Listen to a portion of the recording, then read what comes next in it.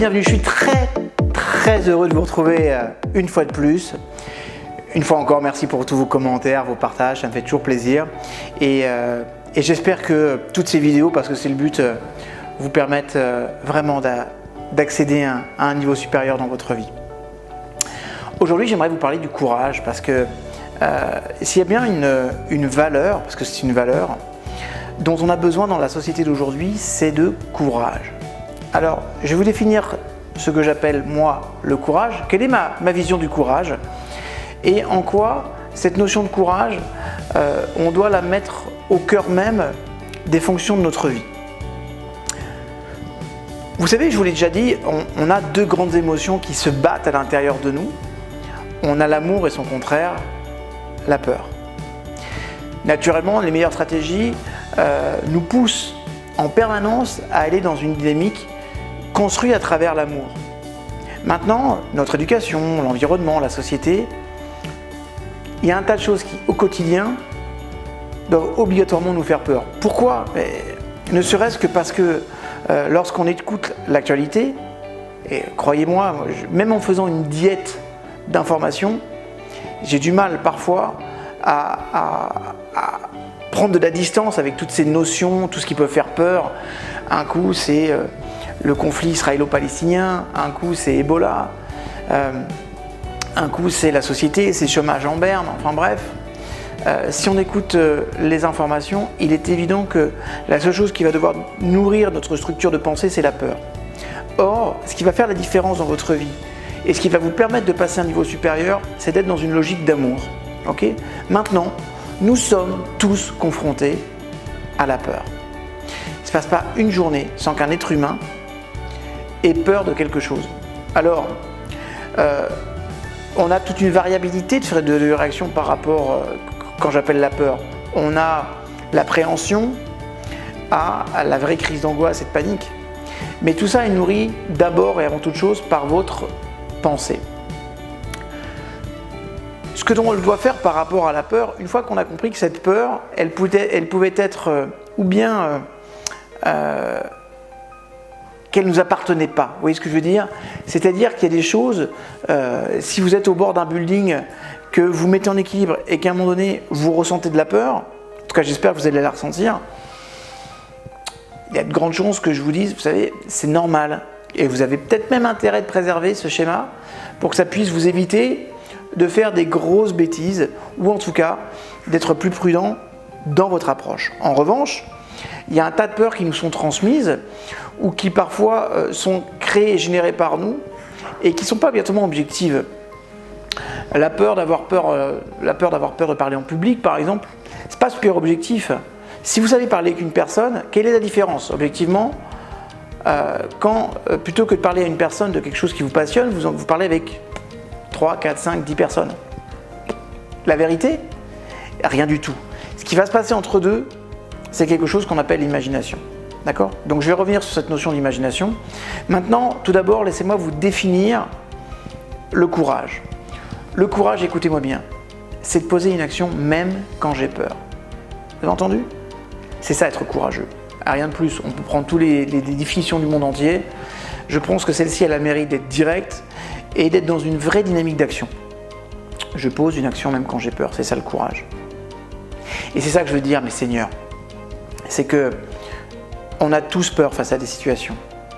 Mais seule une toute petite partie de la population va poser des actions concrètes permettant d'avancer. C'est légitime d'avoir peur. Je vous comprends quand vous avez peur. Parfois, de se dire, tiens, je vais parler devant plusieurs personnes, je vais être jugé, j'ai peur. Je me lance, je prends des risques, j'ai peur.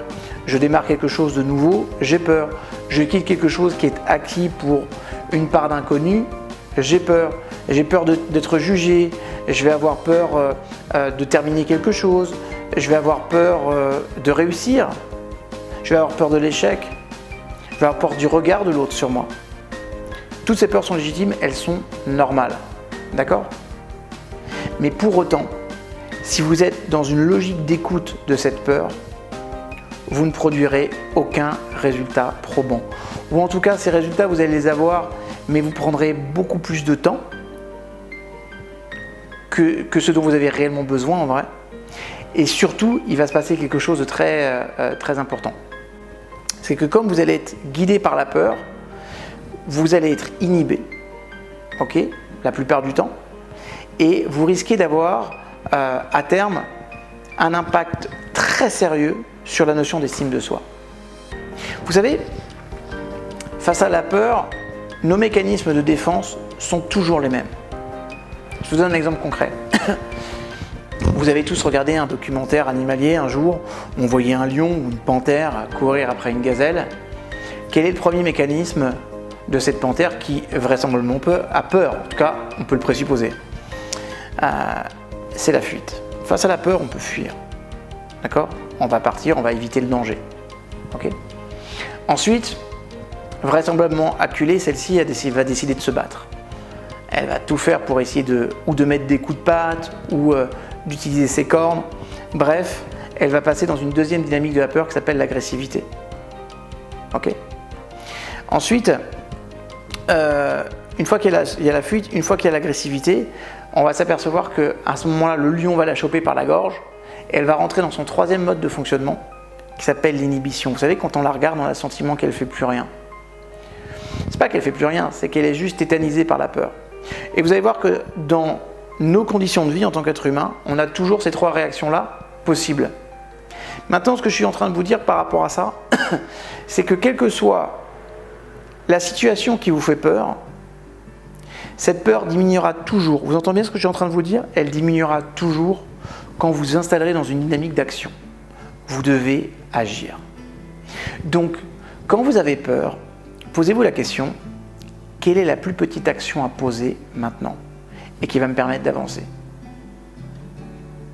Ok? Par exemple, j'ai peur de prendre la parole en public. Eh bien, je me focalise sur la première phrase que je vais dire. Je me focalise sur le fait de me positionner. Je me focalise sur ma voix. Je vais porter mon attention, mais j'agis. Agissez toujours face à la peur. Parce que la peur, en fait, si vous êtes dans une dynamique d'action, vous allez squeezer en fait le mode de fonctionnement de réflexion. En clair, ou je suis dans l'action ou je suis dans la réflexion, la plupart du temps.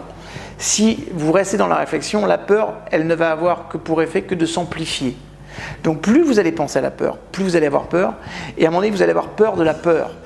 Et peur d'avoir peur, ça s'appelle la panique. D'accord? Or, moi, ce que je vous demande, c'est de vous poser une simple question.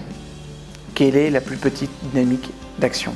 Quelle est la plus petite action que je peux poser maintenant? Ok? Et agissez. C'est pas en évitant la peur, c'est pas en la contournant, c'est pas en ne voulant pas la voir en face de vous que vous réglerez vos problèmes. Jamais. Vous savez qu'il y a une mauvaise nouvelle, il y a peut-être un courrier qui est difficile. Ne zappez pas, ne fuyez pas, ne soyez pas agressif. Agissez sereinement. Posez une action concrète. La plus petite soit-il, posez une action concrète. Et avancez. D'accord? Vous allez voir que quand vous allez faire ça, la peur, elle va se mettre à disparaître.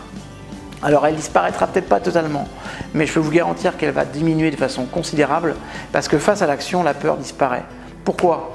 Parce que si vous n'êtes pas dans des mécanismes d'agressivité, de fuite ou d'inhibition, et que vous vous posez et que vous posez une action, le cerveau, lui, interprète la réaction comme même pas peur. Vous vous rappelez quand vous étiez petit, vous disiez ça? Moi en tout cas je le disais, je disais même pas peur, même pas mal. Et bien c'est ça le principe, c'est que le cerveau se dit waouh, même pas peur. Bon, apparemment les gars, ça lui fait pas si peur que ça, donc peut-être qu'on peut réduire l'intensité. C'est en fait votre réaction vis-à-vis de la peur, la façon dont vous allez immédiatement agir, qui est une sorte de conditionnement pour le cerveau de « ok, j'ai réellement peur ou pas ». Donc je vous en supplie, même si vous avez peur dans votre vie, posez une action, toujours. Dès que vous allez être dans une dynamique d'action, la peur disparaîtra. Vous savez, sur cette chaîne, vous avez vu, j'ai interviewé Dida. Dida, 11 fois champion du monde de boxe thaïlandaise. Un sport qu'il a commencé à 18 ans et avant ses 19 ans, il était champion du monde. Vous avez bien compris, en moins de 12 mois, le mec, il devient champion du monde de boxe thaïlandaise. Autant vous dire que champion du monde de boxe thaïlandaise, faut aimer les coups, et apprendre à 18 ans, c'est juste un truc de psychopathe. Parce qu'apprendre un art martial aussi tard que ça, surtout à ce niveau, c'est juste quelque chose qui est anormal dans les faits. D'accord?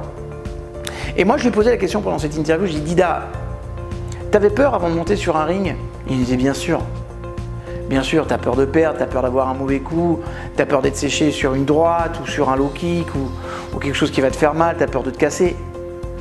Mais une fois que je suis sur le ring, que je donne tout, la peur elle disparaît complètement et je fais mon taf. Eh bien, je vous demande de faire exactement la même chose. Une fois que vous êtes sur le ring de la vie, même si avant vous pouvez vous autoriser à avoir peur, à un moment donné, il faut passer à l'action. Agissez, c'est la seule façon de faire disparaître réellement les peurs. Soyez dans l'action. S'il y a quelque chose qui vous angoisse, qui vous fait peur, ça peut être, je ne sais pas moi, décrocher un téléphone parfois pour appeler une personne importante, décrocher un téléphone pour s'excuser, prendre rendez-vous avec une personne, aller faire un bilan de santé parce que je sais que peut-être j'ai quelque chose. Plus vous aurez peur, moins vous ferez les choses. Et plus cette peur, non seulement va augmenter, et moins surtout vous ferez les choses. Vous avez compris? Alors, développez ce qu'on appelle le courage. Posez une action même quand j'ai peur. Vous avez peur, c'est légitime. Ce qui n'est pas normal, c'est de ne pas poser l'action. Ok?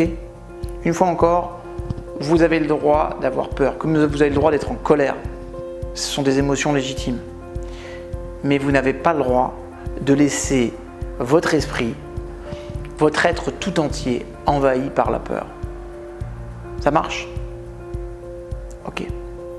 Donc, cette semaine, je vais vous demander de poser un nouvel homework. Regardez quels sont...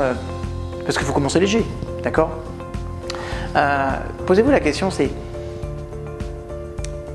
Qu'est-ce qui vous fait peur en ce moment? Qu'est-ce qui vous gêne? Qu'est-ce que vous n'osez pas faire?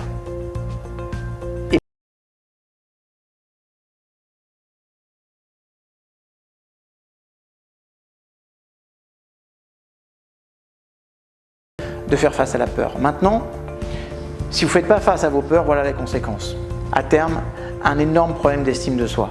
En revanche, si vous faites face à vos peurs et que vous montrez à votre inconscient que quand vous avez peur, ça ne vous empêche pas de poser une action, de vous adapter et d'être fort et puissant, eh bien là, l'inconscient va développer quelque chose dont nous avons tous besoin, de la confiance. Le prix à payer est plutôt sympathique. D'accord? Ça vaut le coup, vraiment ça vaut le coup. Alors, mettez un peu plus de courage dans votre vie, osez. Osez. Décrocher ce téléphone, aller aborder cette femme ou cet homme, osez. Qu'est-ce que vous risquez? Quand vous disent non, et alors? Le non, vous l'avez déjà. Osez. Posez une action même quand vous avez peur. Ça marche? C'est ça être quelqu'un de courageux. Et je peux vous garantir qu'il n'y a pas de réussite sans courage. C'est pas possible. En tout cas, c'est pas une grande réussite. Je vous embrasse très fort. Je vous envoie plein de courage. Moi, je vais développer le mien. Je vais continuer à le développer. Et je vous retrouve sur une prochaine vidéo. À très bientôt.